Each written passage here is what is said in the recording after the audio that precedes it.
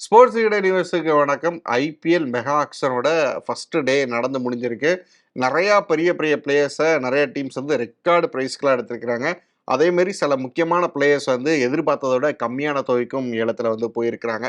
So இந்த first day of action எப்படி இருந்துச்சுன்னு சொல்லிட்டு நாம முத்து கிட்ட நிறைய விஷயங்கள் பேசி தெரிஞ்சுக்க போறோம். வாங்க முத்து ப்ரோ, எப்படி இருக்கீங்க? வணக்கம் ஸ்ரீராம், எப்படி இருக்கீங்க? நீங்க ஆளே காணல. எவ்வளவு மிஸ் பண்ண தெரியுமா உங்களை? அவங்க ஐபிஎல் முடிஞ்சதுக்கு அப்புறம் ஒரு 6 மாசம் கழிச்சு பாக்குறோம் திரும்ப. நல்லா இருக்கீங்களா? நல்லா இருக்கேன். நீங்க தான் வந்து ஏதோ கங்குவா பிரான்சிஸ் மாதிரி இருக்கிறீங்க. நான் அந்த படம் இன்னும் பாக்கலைங்க. நான் அந்த விஷ பரீட்சையில இறங்கல.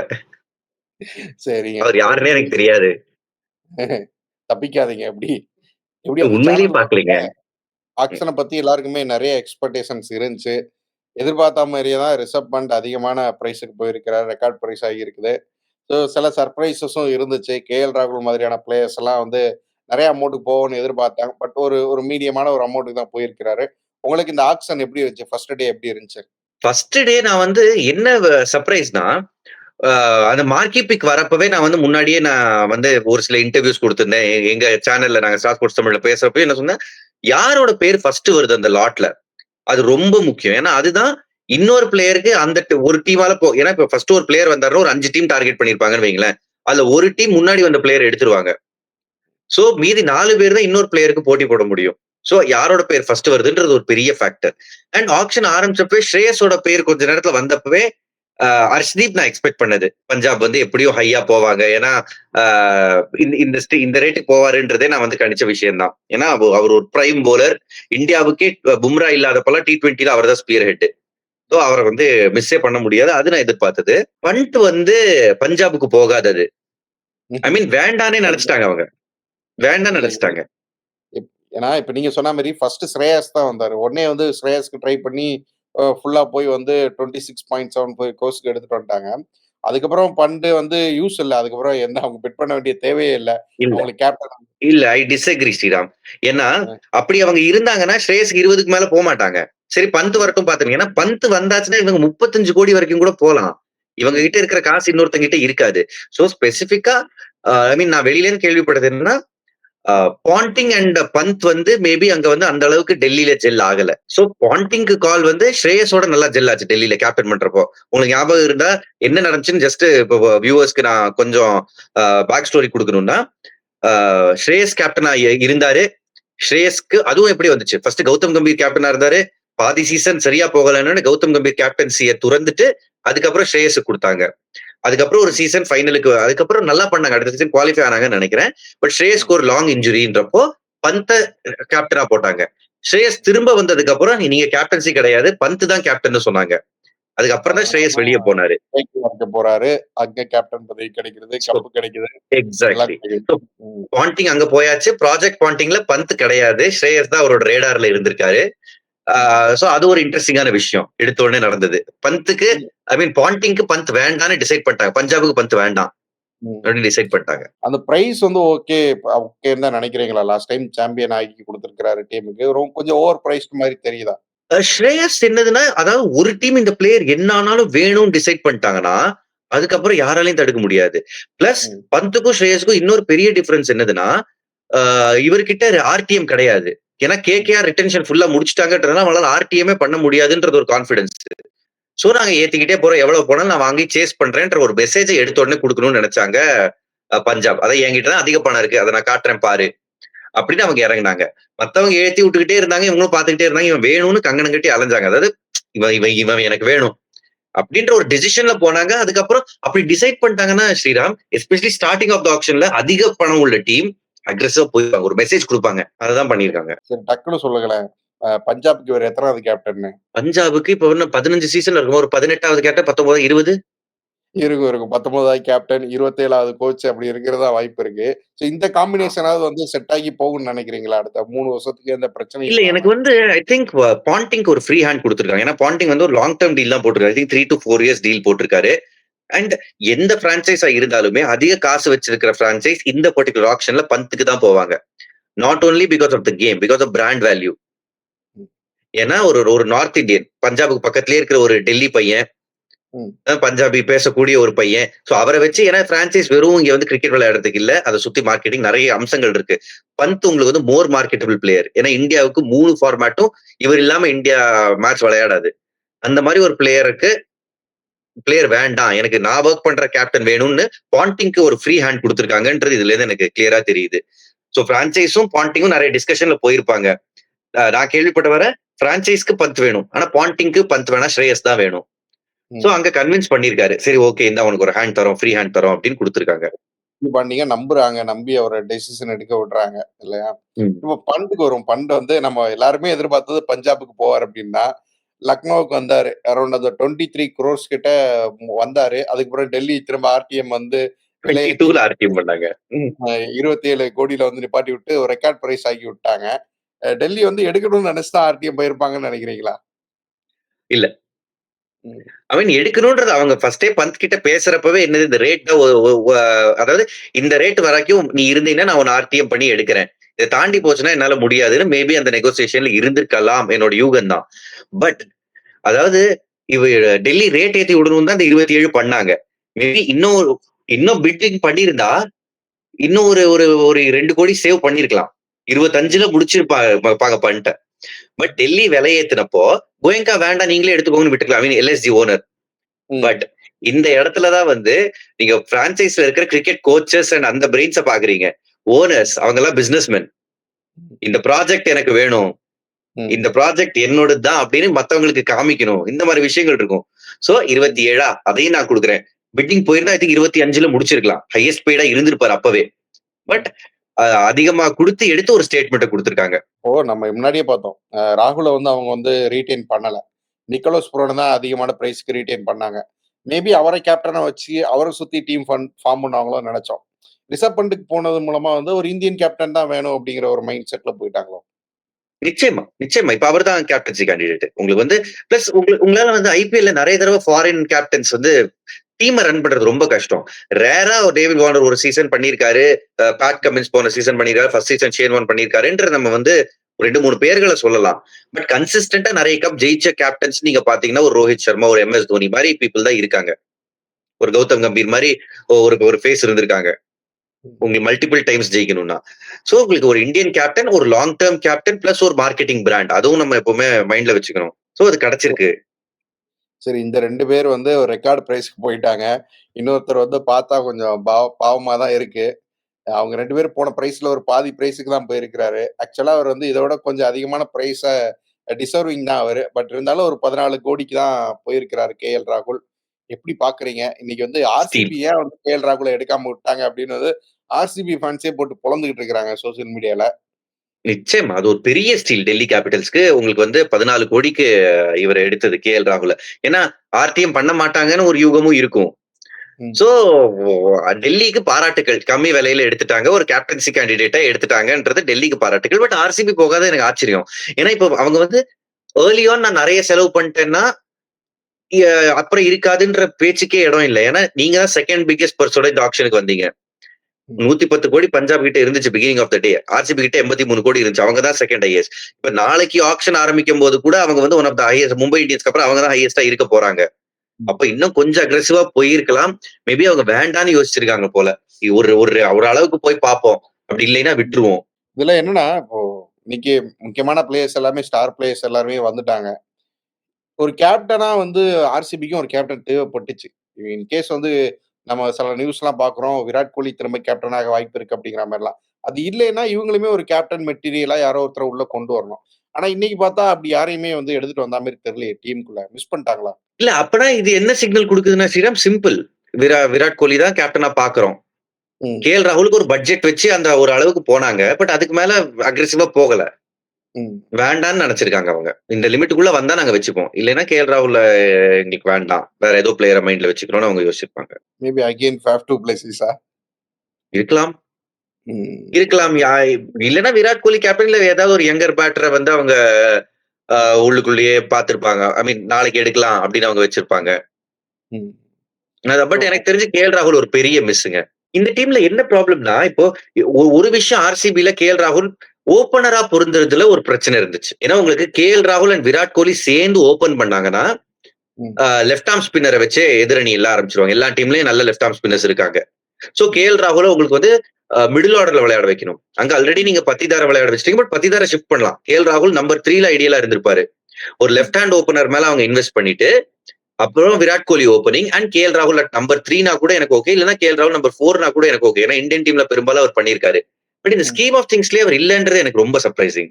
என்னன்னா அந்த பிக்ஸ பத்தி பேசலாம். நம்ம அதுக்கு ஆக்ஷன் மிச்சம் இருக்குங்கிறதுனால முடிஞ்ச பிறகு நமக்கு கிளியரா தெரிய வரும்னு நினைக்கிறேன். அந்த கேப்டனுக்கு என்ன பண்றாங்கன்னு. பட் இன்னைக்கு ஆர்சிபி ஒரு டாப் 4 பிக்ஸ்ன்னு எடுத்து பார்த்தோம்னா, ஹேசல்வுட் தான் அவங்களோட பெரிய பிக்கா இருக்கிறாரு. இன்னைக்கு 12.50 crores போயிருக்கிறாரு.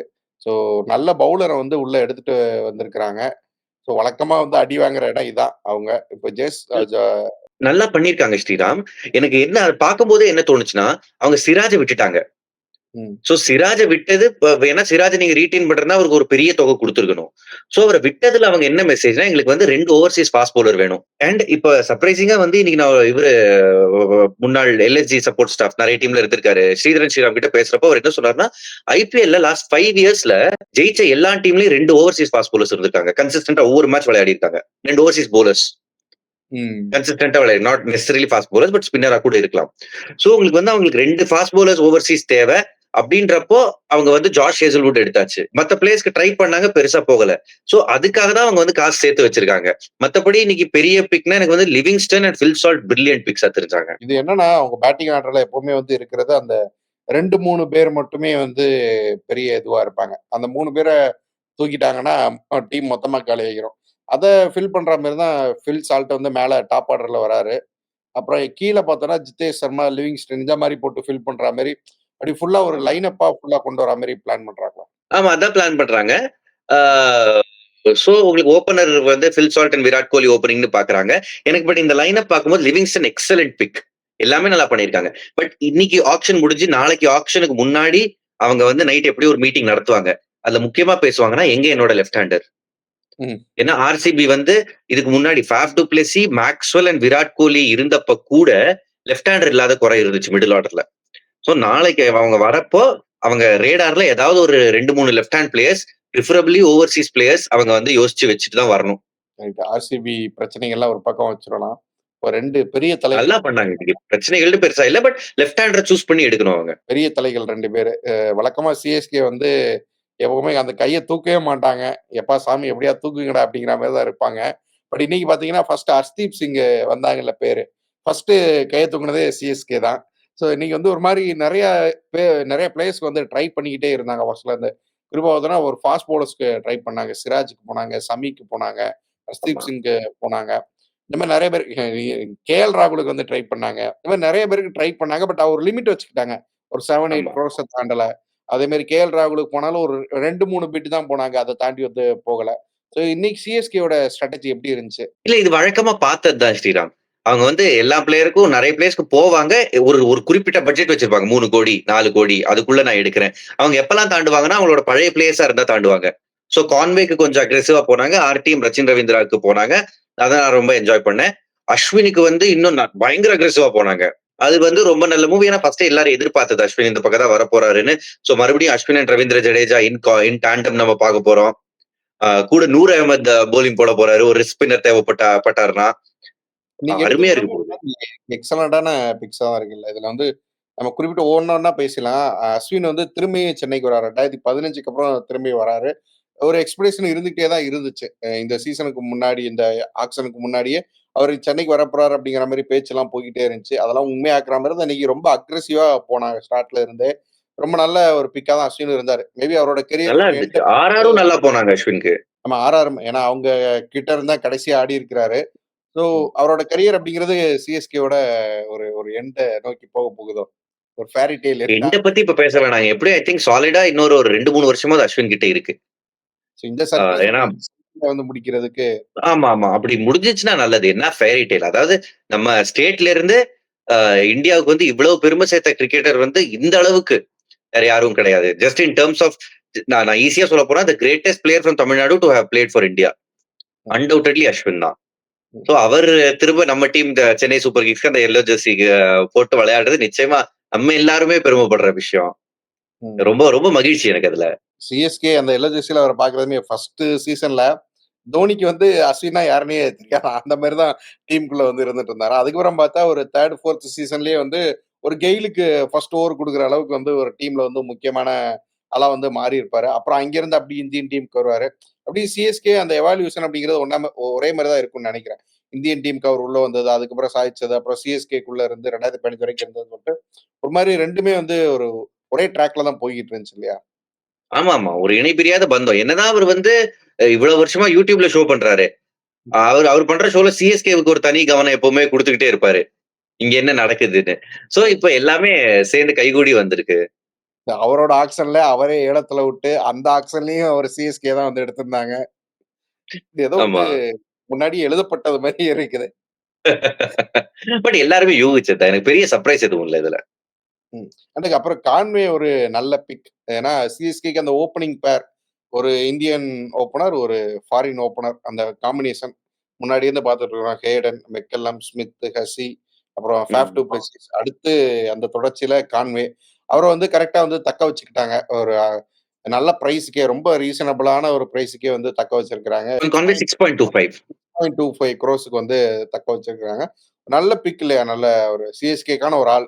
Super pick. ஏன்னா, போன சீசன் நம்ம வந்து மிஸ் பண்ணோம். ருத்துராஜ் அண்ட் டெவான் கான்வேயோட ஓப்பனிங் பார்ட்னர்ஷிப் முந்தின வருஷம் வந்து சிஎஸ்கேவுக்கு பயங்கரமா பொறுத்துருச்சு. அவர் ருத்துராஜ காம்ப்ளிமெண்ட் பண்றது, ருத்துராஜ் அவர காம்ப்ளிமெண்ட் பண்றது. சோ வேற எந்த பிளேயர் வந்தாலும் புதுசா அந்த கெமிஸ்ட்ரி உருவாக்கணும். பிளஸ் டெவான் கான்வே ஏற்கனவே உங்களுக்கு பண்ணியிருக்காரு. நல்ல பிரைஸ்ல எடுத்துட்டாங்க. செம pick Devon Conway. And Rachin ரவீந்திராக்கு ஆர்டிஎம் யூஸ் பண்ணதும் நல்லா இருந்துச்சு பாக்க. அண்ட் அதுக்கு அப்புறமும் சிஎஸ்கே நிறைய பிளேஸ் போயிட்டே இருந்தாங்க. சமீர் ரிஸ்விக்கு முடிஞ்ச அளவுக்கு ஒரு கட்டம் வரைக்கும் போனாங்க. விஜய் சங்கர் வந்து எடுத்துட்டாங்க. இதுல என்னன்னா நூர் அகமத பத்தியும் பேசுறாங்க. ஏன்னா நூர் அகமதுக்கு 5 கோடி வரைக்கும் போனாங்க. அப்புறம் குஜராத் ஆர்டிஎம் வராங்க. குஜராத்த எடுக்கவே விட்டுறக்கூடாதுன்னு சொல்லிட்டு 5ல இருந்து நேரா 10க்கு கேட்டாங்க. அது வந்து ஒரு பிளான். இவரு நம்ம டீமுக்கு வந்தே ஆகணும் அப்படிங்கிறதுல வந்து தெளிவா இருந்ததுனால தான் அப்படி ஒரு ஒரு ஒரு ஒரு பிரைஸ் வந்து சொன்னாங்க 10 கோடின்னு. நூர் அகமது மேல எக்ஸாக்ட்லி. இல்ல நூர் அஹ்மத் மேலன்னு இல்ல. அந்த ஸ்கில் செட் எங்களுக்கு ஒரு ஒரு ஏன்னா சிஎஸ்கே வந்து பொதுவா ரிஸ்க் ஸ்பின்னர்ஸ் நம்புற டீமே கிடையாது. ஐ திங்க் சாமுவேல் பத்ரிக்கு அப்புறம் ஒரு Overseas risk spinner I think இருந்ததே கிடையாது சிஎஸ்கேல. சாமுவேல் பத்ரி ரொம்ப ஆரம்ப காலத்துல இருந்தாரு. பட் அதுக்கப்புறம் ரிஸ்க் ஸ்பின்னர்ஸே பெருசா இருந்ததுல இப்ப நூர் அஹ்மத் தான் ஒரு ஓவர்சீஸ் ரிஸ்க் ஸ்பின்னரா வர போறாரு. மேபி அந்த ஸ்கில் செட் பிடிச்சிருக்கு. இல்லைன்னா இது வந்து குஜராத் பண்ண டாக்டாவும் இருக்கு. இது டாக்டிக்கல் டிசிஷனாவும் இருக்கலாம்ல. ஏன்னா இன்னைக்கு சர்ப்ரைஸ் 22ல இருந்து 27 கோடி ஏத்தி விட்டாங்க. ம்ஹ்ம். அதே மாதிரி நான் 5ல இருந்து 10 வரை உனக்கு வேணும்னா எடுத்துக்கோ. ஏன்னா குஜராத் எடுப்பாங்கன்னு நினைச்சாங்க. ம். சோ இது வந்து ஒரு ஆஷிஷ் நேராவுக்கும் சிஎஸ்கேக்கும் நடந்த ஒரு கேம். பட் 10 கோடி அவங்க ஃபர்ஸ்டே பட்ஜெட் போட்டிருந்தாங்கன்னா எக்ஸலென்ட். ஐ திங்க் பண்ணிருந்தாங்கன்னு நினைக்கிறேன். அந்த ஸ்கில் செட் ரொம்ப rare. Left arm wrist ஸ்பின்ன்றது. Again இன்னொரு ஆளு ராகுல் திரிபாதி. ரொம்ப வந்து அன்சங்கா தான் இருப்பாரு. பெருசா வந்து ஒரு ஸ்டார் வேல்யூ இல்லாம பட் நல்ல ஒரு பெர்ஃபார்மன்ஸ் குடுத்துட்டே இருப்பாரு.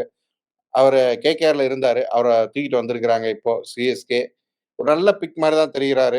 எவ்வளோக்கு ஒரு 3 3.4 பாயிண்ட்ஸ். க்ரோர்ஸ்க்கு ரொம்ப ரொம்ப நல்ல பிக். அந்த நம்பர் 4, நம்பர் 3 அந்த இடத்துல வந்து இறங்குனாருன்னா, ஒரு நல்ல ஒரு ஒரு ரிசல்ட் வந்து குடுக்கக்கூடியவரா இருப்பாரு. அவரோட பிக் எப்படி எதிர்பார்த்தீங்களா? எதிர்பார்த்தேன். ம். எதனால சொல்றேன்னா, இந்த டீம் வந்து இந்த மாரி பிளேயர்ஸ்க்கு ஒரு வேல்யூ வச்சிருப்பாங்க. அவங்க வந்து பழைய டீம்ல இருந்தத விட இந்த டீம்ல வேல்யூ குடுப்பாங்க. உதாரணத்துக்கு சொல்லப் போனா அம்பட்டி ராயுடு, ராபின் உத்தப்பா ம். இவங்கெல்லாம் வேற டீம்ஸ்ல இருந்தாங்க. அஜிங்கியா ரஹானே. வேற டீம்ஸ்ல இருந்தாலும் அவங்க ஏஜ் ஃபேக்டர் வந்து ஒரு ரொம்ப யங் கிடையாது. மத்த டீம்ஸ் போற அளவுக்குனாலும், அதனாலேயே இந்த டீம் வந்து ஒரு ஒரு ரீசனபிள் ரேட் குடுத்து எடுத்துருவாங்க. ஒரு கிளியர் கட் ரோல் குடுத்துருவாங்க. நம்பர் 3, நம்பர் 4 ம். பவர் பிளேல விக்கெட் விழுந்துச்சுன்னா டமால் டிமில்னு அடிக்கணும். ம். அவ்வளவுதான் உங்க ரோல். அண்ட் ராகுல் திரிபாட்டி இதுக்கு வந்து நல்லா ஜெல் ஆவாரு. ஏற்கனவே வந்து என்னன்னா டைரக்டா சிஎஸ்கே மேனேஜ்மென்ட்டோட அவங்க வந்து அவர் வந்து விளையாடலைனாலும் ரைசிங் பூனே சூப்பர் ஜெயிண்ட்ல இருந்தாரு. அதுக்கு ஃபிளெமிங் தான் ஒரு சீசன் கோச். எம்எஸ் தோனி ஒரு சீசன் கேப்டன்சி பண்ணாரு. அடுத்த சீசன் ஸ்மித் கேப்டன்சி பண்ணாரு. இவரு ஸ்டீவ் ஸ்மித். பட் 2லயுமே ராகுல் திரிபாட்டியோட கான்ட்ரிபியூஷன் ரொம்ப நல்லா இருந்துச்சு. சோ இந்த கொஞ்சம் இந்த பிளேயர்ஸோட பழக்கப்பட்டவர். ஐ திங்க் அம்பட்டி ராயுடு பண்ண ரோல இவர்கிட்ட இருந்து எதிர்பார்க்கறாங்க. சிஎஸ்கே இப்படி ஒரு பக்கம் ஆடுனாங்கன்னா, மும்பை வந்து இன்னைக்கு பெரும்பாலான சமயங்கள்ல வந்து சைலண்டா தான் இருந்தாங்க. அவங்களுக்கு பாயிண்ட் தேவையான வரட்டும் பிளேயர் பாத்துக்கலாம். பாயிண்ட் வரட்டும் பார்த்துக்கலாம் அப்படின்னு தான் இருந்தாங்க. தேவையான பிளேயர் வர மட்டும் நைஸா கைய தூக்கி போயிட்டு வந்தாங்க. அதுலயும் அதையும் நல்ல பிளேயரா தான் எடுத்திருக்காரு. ட்ரெண்ட் போல்ட் 12.50 கோடிக்கு எடுத்திருக்கிறாங்க. அவங்களோட ஆள் தான். இடையில கொஞ்சம் வருஷம் வந்து ராஜஸ்தானுக்கு ஆடிட்டு வந்தாரு. இப்ப திரும்பி உள்ள கூப்பிட்டு வந்திருக்கிறாங்க. அப்புறம் நமன்தீர், ராபின் மின்ஸ், கரண் சர்மா. இதுல ட்ரெண்ட் போல்ட்ட தாண்டி மத்த எல்லாருமே வந்து கொஞ்சம் ஒரு டொமஸ்டிக் ஆடுற பிளேயர்ஸா தான் வந்து இருக்கிறாங்க. அண்ட் கரண் சர்மா நிறைய டீம்ஸ் காட்டிட்டு வந்திருக்கிறாரு. அவர் இருந்தா கப்பு கிடைக்கும் அப்படிங்கிற ஒரு இந்தியா விளையாடி இருக்காருங்க. இந்தியா டெஸ்ட் விளையாடி இருக்காரு அவரு. இந்தியாவுக்காக ஆடி இருக்கிறாரு. ஸோ இந்த மாதிரி ஒரு ரொம்ப ஒரு ஒரு அண்டர்டாக்ஸ் மாதிரி தான் மும்பை இருந்தாங்க. இல்ல அது பேக்கப் பிளேயர்ஸ். இப்ப நமந்தீர் வந்து போன சீசன் ஒரு 2 மேட்ச் நல்லா விளையாடினாருன்றதுனால அவரை ஆர்டிஎம் பண்ணி எடுத்தாங்க. தப்பு இல்ல. அவங்க கிட்ட அன்கேப் பிளேயர் மட்டும் தான் அவங்க ஆர்டிஎம் பண்ண முடியும்ன்றப்போ அந்த கேட்டகரியில யாரும் இல்ல. மேபி நாளைக்கு அன்ஷுல் கம்போஜ் வருவாரு. சோ அவரா இவரா இவர் ஃபர்ஸ்ட் வந்துட்டாருன்றதுனால எடுத்து வச்சுக்கிறவரா இருக்கலாம். பட் ட்ரெண்ட் போல்ட் வந்து இவங்க என்னதுன்னா அந்த லெஃப்ட் ஆர்ம் சீமரை விட்டாங்க. முன்னாடி வந்து மிச்சல் மெக்லெனகன் ரொம்ப நல்லா பண்ணிக்கிட்டு இருந்தாரு இந்த டீமுக்கு. அதுக்கப்புறம் ஜேசன் பேரண்ட் எடுத்து ட்ரை பண்ணாங்க. உங்களுக்கு அந்த அளவுக்கு ரிசல்ட் வரல. அந்த ட்ரெண்ட் போல்ட்டை விட்டு டென் போல்ட் ஆர்ஆர் போனதுக்கு அப்புறமும் ஒரு 2 லெஃப்ட் ஆர்ம் சீமர்ஸ் ட்ரை பண்ணா ரிசல்ட் வரவே இல்லை. சோ மறுபடியும் ட்ரெண்ட் போல்ட். இப்பவும் அவர் வந்து one of the best left arm seamers இந்த வேர்ல்ட். மிச்சல் ஸ்டார்க்கு ஒரு அளவு வரைக்கும் போக பார்த்தாங்க. அண்ட் உங்களுக்கு வந்து batting already set. Top 5 batting set ரிட்டென்ஷன்லயே. ரோஹித் சர்மா, அதுக்கப்புறம் சூரியகுமார் யாதவ், அதுக்கப்புறம் உங்களுக்கு வந்து திலக் வர்மா இருக்காருன்றப்போ உங்களுக்கு வந்து பெருசா இவங்களை சுத்தி தான் நீங்க டீம் அமைக்கணும்ன்றப்போ 2 பும்ராவை காம்ப்ளிமெண்ட் பண்ற மாதிரி ஒரு போலர். சோ ட்ரெண்ட் போல்ட் உங்களுக்கு பவர் பிளேயை பார்த்துப்பாரு. சோ பும்ராவுக்கு பவர் பிளேல விக்கெட் எடுக்கிற பிரஷர் கம்மி. போன சீசன் ஞாபகம் இருக்கும். பும்ரா தான் வந்து விக்கெட் எடுக்கணும் பவர் பிளேல, பும்ரா தான் மிடில் ஓவர்ஸ்ல விக்கெட் எடுக்கணும், பும்ரா தான் லாஸ்ட்லயே இருக்கு. சோ பும்ரா கிட்டே இருந்து பாரத்தை குறைக்கிறதுக்காக ட்ரெண்ட் போல்ட் ஒரு எக்ஸலன்ட் பிக். நாளைக்கு இன்னொரு ஒரு நல்ல ஃபாஸ்ட் போலருக்கும் போவாங்க அவங்க. ஏன்னா நாளைக்கு ஆப்ஷன் ஆரம்பிக்கிறப்ப அவங்க தான் ஹையஸ்ட் பர்ஸோட வர போறாங்க. சோ புவனேஸ்வர் குமார் மாதிரி பிளேயர் வந்தா வை நாட். சரி, இன்னைக்கு ஆக்ஷன்ல ஹையஸ்ட் பர்ஸோட ஒருத்தவங்க வந்தாங்க பஞ்சாப். அவங்களோட பெர்ஃபார்மன்ஸ் ஸ்ரேயஸ் ஐயரை தாண்டி அவங்க எடுத்திருக்கிற ஒரு சில players Chahal, Harshdeep Singh, Stoinis, Nehal Wadhera, Maxwell, Vyshak Vijaykumar இந்த மாதிரி பிளேயர்ஸா போயிருக்கிறாங்க. ஒரு நல்ல பிளேயர்ஸா தான் போயிருக்கிறாங்க. ஆன் பேப்பர்ல பாக்குறப்போ ஒரு நல்ல ஒரு ஒரு சாய்ஸா தான் தெரியுது. எப்படி இருக்கு அவங்க கையில இருந்த பிரைஸுக்கு ஒரு ரீசனபிளான டீம் எடுத்திருக்கிறாங்களா? ஓகேயா பண்ணிருக்காங்கன்னு சொல்லுவேன். Not great. எனக்கு வந்து ஹர்ஷ்தீப் 18 ஓகே. செஹல் 18 நான் எதிர்பார்க்கல. ஒரு 12 தான் செஹல் போவாரு. 12, 14 அப்படின்னு நான் நினைச்சேன். ஏன்னா முந்தைய ஆப்ஷன்ஸ் கூட அவர் இவ்வளவு பெரிய பிரைஸுக்கு போனது இல்ல. அவருக்கு இருந்தாரு. அவரே வந்து 12 கோடிக்கு தான் போவேன்னு எதிர்பார்த்தாராம். இது அதிகமாயிருச்சு, எனக்கே கொஞ்சம் பதற்றம் ஆகிருச்சு அப்படின்னாரு. நல்லதுதாங்க. அவர் மாதிரி ஒரு பிளேயர் டிசர்விங். லீகோட ஹையஸ்ட் விக்கெட் டேக்கர். அவருக்கு வந்து அதிக பிரைஸ் கொடுக்கலைன்னா எப்படி? நெஹால் வதேராவை எடுத்துட்டாங்க. கிளென் மேக்ஸ்வெல் ஒரு கம்மி ரேட்டு கிடைச்சிட்டாரு. சிஎஸ்கேவும் ஒரு அளவுக்கு போனாங்க கிளென் மேக்ஸ்வெல். அங்க லக்கிலி என்ன நடந்துச்சுன்னா கிளென் மேக்ஸ்வெல் வரதுக்கு முன்னாடி ஸ்டாய்னிஸ் வந்துட்டாரு. சோ ஸ்டாய்னிஸ்க்கு டமால் டிமில் அடிச்சுக்கிட்டு இருந்தப்ப ஸ்டாய்னிஸ் 11க்கு போனாரு. அதுக்கப்புறம் வர மேக்ஸ்வெல் வெறும் 4.2 crores. ப்ராபப்ளி அவரோட லீஸ்ட் பிரைஸ் நினைக்கிறேன் என்டையர் ஐபிஎல் ஆப்ஷன் ஹிஸ்டரி எடுத்து பாத்தீங்கன்னா. ஏன்னா பல டீமுக்கு விளையாடி இருக்காரு. 10 கோடிக்கு மேலதான் போவாரு. 14, 15 அசால்ட்டா வாங்குவாரு. இந்த தடவை கம்மி. அது ஓகே. அண்ட் போலிங்ல கொஞ்சம் கவனம் செலுத்தி வைசாக் விஜயகுமார், ஹர்ப்ரீத் பிரார திரும்ப எடுத்தது எனக்கு ரொம்ப சந்தோஷம். வைசாக் விஜயகுமார் ஒரு நல்ல பிக்கா இருப்பாரு. அப்படி இங்க வாங்கல, கேகேஆர் பக்கமா வாங்கினேன். ஒரு பெரிய சர்ப்ரைஸ் இன்னைக்கு எல்லாருக்குமே வந்து வெங்கடேஷ் ஐயர் அவ்வளவு பெரிய பிரைஸுக்கு போனது. ஒரு நல்ல பிரைஸுக்கு போவாருன்னு தான் எதிர்பார்த்துக்கிட்டு இருந்திருப்பாங்க எல்லாரும். ஆனா அது இவ்வளவு பெரிய பிரைஸா இருக்குமா? விட்டிருந்தா இன்னொரு 4-5 பை பிட்டு சேர்ந்து போயிருந்தா இவரும் அந்த ரெக்கார்ட் பிரைஸ வந்து தொட்டு போறாரு. அப்படி ஒரு நிஜமா நீங்க சொல்ற அதேதான் எனக்கும் தோணுது ஸ்ரீராம். ஏன்னா இந்த டீம்ல இந்த ரிட்டென்ஷன் லிஸ்ட மட்டும் எடுத்தீங்கன்னா ஹையஸ்ட் பெய்டு பிளேயர் யாரு? ரிங்கு சிங் 13 கோடி. இப்போ இவரு அவரை விட 10 கோடி அதிகமா வாங்கிட்டு வர்றாரு ஆக்ஷன்ல. அப்ப ரிங்கோட மைண்ட் வாய்ஸ் என்னவா இருக்கும்? அவனை ரீடைன் பண்ணி என்ன ஆக்ஷன்ல விட்டுருக்கலாமையா? அங்க நீ எடுத்திருக்கலாமே. பட் இது ஒரு சும்மா ஒரு இதுக்கா லைட்டர் நோட்ல தான் நான் சொன்னேன். பட் அவங்க என்னன்னா அந்த அகைன் சிஎஸ்கே அண்ட் மும்பையோட அந்த பிலாசபில இவங்களும் வர பாக்குறாங்க கேகேஆர் கடந்த சில வருஷமாவே. அந்த கோர், அந்த வேல்யூஸ், இந்த ஃபேமிலி, எங்க பிளேயர்ஸை நாங்க விட மாட்டோம், அந்த ஒரு ஆட்டிடியூட்ல எவ்வளவு உயர்னாலும் போறேன்னு சொல்லிட்டு தான் வெங்கி மைசூர் போயிட்டே இருந்தாரு. ஆனா வெங்கடேஷ் ஐயரோட கேரக்டருமே அப்படிதானே இருக்கு. அந்த ஓப்பனிங் இறங்கினாலும் அடிக்கிறாரு, அவரை கொண்டு போய் கீழே இறக்கி விடுறாங்க, அப்பயும் அடிச்சு கொடுக்குறாரு. ஸோ அந்த ஆர்டர் ஃபிளெக்சிபிளா இருக்கிறாரு. அப்படிங்கிறப்போ எங்க வேணாலும் யூஸ் பண்ணிக்கலாம் அப்படிங்கிற விஷயம் இருக்குல்ல. ஆமா, அது ஒண்ணு இருக்கு. பிளஸ் அவங்க ரிட்டென்ஷன் லிஸ்ட்ல வந்து டாப் ஆர்டர் பேட்டரி இல்ல. உங்களுக்கு ரசல், ரிங்கு, ரமன்தீப் சிங் இவங்க எல்லாருமே உங்களுக்கு வந்து middle order batters. So Naren மேல இருக்காரு. அப்கோர்ஸ் நரேன் இருக்காரு. இப்ப வந்து தேவைப்பட்டதுன்னா எனக்கு வந்து வெங்கடேஷ் இருக்காரு.